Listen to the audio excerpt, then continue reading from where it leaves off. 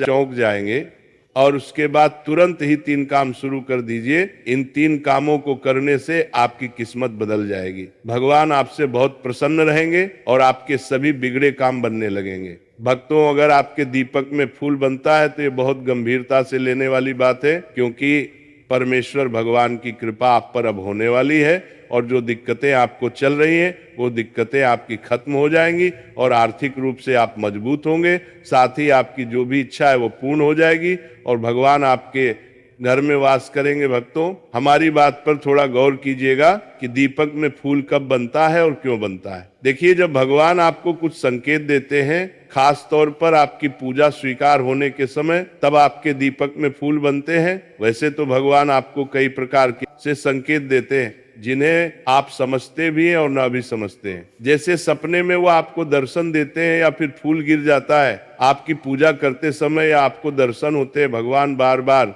या आपको ऐसा लगता है जैसे कि भगवान की मूर्ति जो है वो आपको देखकर मुस्कुरा रही हो। इससे भक्तों, आपकी मनोकामना जो है वो पूर्ण हो जाती है। दीपक में जो फूल बनता है तो उसमें भी आपको दर्शन होते हैं।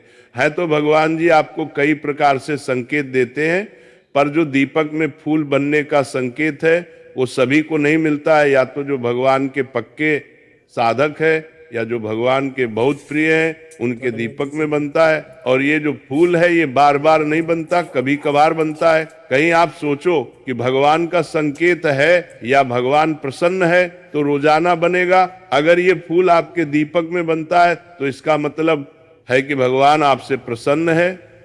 फिर चाहे फूल एक बार बने या 2 बार। खास तौर पर ये फूल साधना के समय, नवरात्रि के समय, पितृपक्ष के समय ये फूल ज्यादा बनता है। जो फूल बनता है ये गोल बाती में भी बनता है और लंबी बाती में भी बनता है। कई लोग सोचते होंगे कि लंबी बाती में नहीं बनता, तो ऐसा नहीं है, लंबी और गोल दोनों बाती में बनता है। एक बात और बता दें आपको कि जो फूल बनता है तो गुलाब का बनता है या कमल का सा बनता है। कई बार आपको लगता है कि नेत्र बने हुए हैं, कई बार आपको ऐसा लगता है कि चित्र बना हुआ है, कई बार सूर्य किसी चंद्र जैसी आकृति दिख है, कई बार आपको ऐसा लगता है जैसे खड़िया तलवार बनी हुई है। तो ये अलग अलग आकृतियां अलग अलग देवताओं की तरफ संकेत करती है। जैसे अगर पुष्प बनता है तो माता रानी की सेवा आप करते हैं, और अगर माता काली की आप पूजा करते हैं तो आपको खड़ी या तलवार बनी हुई दिखाई देती है। इस प्रकार से आकृतियां बनती हैं। तो आपको ये जो दीपक होता है, इसमें फूल जो बनता है वो बहुत महत्वपूर्ण इसलिए होता है क्योंकि आपकी पूजा से प्रसन्न होकर आपके घर भगवान आते हैं और आपकी दीपक के माध्यम से संकेत देते हैं। दीपक अगर तीव्र गति से जलता है तो भी संकेत देते हैं, है कि भगवान आपसे प्रसन्न है। पर जब दीपक में फूल बनता है तो आपको ये 3 काम बहुत जल्दी शुरू कर देने चाहिए, क्योंकि इन 3 कामों को करने से भगवान जो आपकी चौखट पर आकर खड़े हैं वे घर में आकर विराजमान हो जाते हैं और स्थायी रूप से आपके घर में वास करते करते हैं आपकी तमाम विपदा हो का निवारण करते हैं, आपकी इच्छाओं को पूर्ण करते हैं और हर प्रकार से आपको सुख समृद्धि प्रदान करते हैं। सबसे पहला काम हम आपको बता दें है कि अगर दीपक जलने में फूल बना है तो उस फूल को आपको जब तक दीपक जल रहा है तब तक नहीं तोड़ना है। जब दीपक शांत हो जाए तो उस फूल को तोड़ लीजिए, किसी चिमटी से आप तोड़ लीजिए और उसमें घी मिलाकर सिंदूर आप मिला सकते हैं। अगर आप हनुमान जी के भक्त हैं या माता काली के भक्त हैं तो उसमें कुमकुम भी मिला सकते हैं या चंदन भी मिला सकते हैं, एवं उसका रोजाना तिलक कीजिए। इस तिलक की इतनी शक्ति होती है कि तिलक को करने से आपके तमाम कार्य बनते चले जाएंगे। साथ ही सामने वाला व्यक्ति आपके अनुसार कार्य करना शुरू कर देगा। लोग आपके बारे में सकारात्मक सोचेंगे।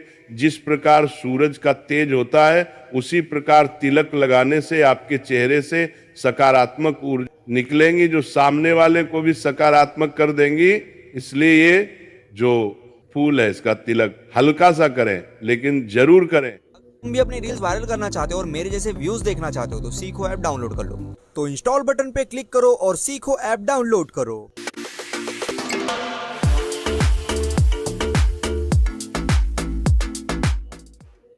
अगर तिलक भी नहीं कर सकते हैं तो कान के पीछे आप लगा सकते हैं या गर्दन के पीछे लगा सकते हैं, यानी कि आपके शरीर के किसी एक ऐसे अंग पर लगाएं जहां गंदगी ना हो और गंदे हाथ ना लगे। तो इस तिलक का बहुत महत्व होता है। अगर नौकरी नहीं लग रही है तो तत्काल आपकी नौकरी लग जाएगी। साथ ही आपको कोई ऐसी परेशानी है जिसका कोई हल बात नहीं मिल रहा है तो हल मिलना शुरू हो जाता है। कोई दिक्कत वगैरह आती है तो हल्की फुल्की सी आती है, इतनी दिक्कत नहीं आती है जितनी अन्य व्यक्ति को आती है। दूसरा कार्य जो आपको शुरू करना है वो ये है कि आपको आप जैसे चालीसा, किसी सहस्त्र नाम का पाठ या कोई सा भी मंत्र हो जिसको आप जप करना चाहते हो आपको शुरू कर देना है, क्योंकि तिलक करने से तो मात्र आपको 20% पर ऊर्जा प्राप्त होती है। यानी कि तिलक लगाने से जो ऊर्जा है वह इस समय मंत्र उच्चारण करने की तुलना में बहुत कम होती है। वहीं अगर आप इस समय मंत्र का जब शुरू करते हैं तो आपको 80 से 90% तक ऊर्जा प्राप्त होना शुरू हो जाएगी। भक्तों, मंत्रोच्चारण से होता यह है कि जो फूल आपको धुंधला दिखाई देता है वो आपको स्पष्ट रूप से नजर आने लगता है, यानी कि आपको अनुभव होने लगता है, आप उनको महसूस कर पाते हैं कि वास्तव में ईश्वर आपसे कुछ कहना चाहते हैं। तीसरा कार्य जो लास्ट है वो ये है कि आपको भोग देना चाहिए, क्योंकि जितनी भी योनियां है सब भोग से प्राप्त होती है।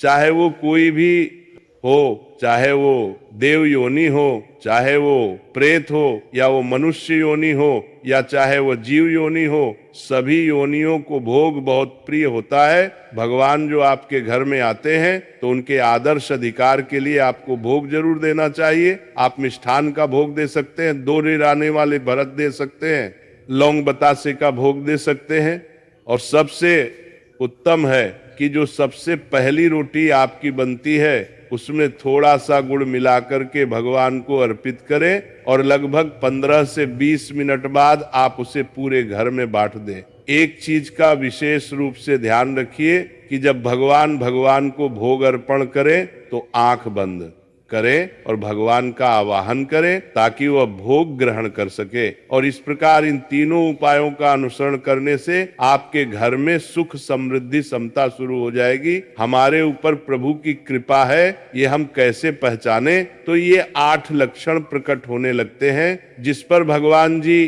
की कृपा होती है। लक्षण एक शांति और क्षमा का भाव, जिसके ऊपर प्रभु की कृपा होती है उसके मन में शांति होती है। वह घोर अपराध करने वाले के प्रति भी गुस्से की जगह क्षमा का भाव रखता है। सोचिए, यदि आपको कोई बहुत बुरा भी कह दे और फिर भी आपका मन शांत रहे तो यह हरि कृपा का सबसे बड़ा संकेत है, क्योंकि क्रोध ऊर्जा को नष्ट करता है और उसकी ऊर्जा भजन और साधना में लगती है, क्रोध में नहीं। लक्षण 2, दोष दर्शन से दूर रहना। हरि कृपा पाने वाला व्यक्ति कभी भी दूसरों के गुणों में दोष नहीं देखता। वह ना तो किसी की निंदा करता है और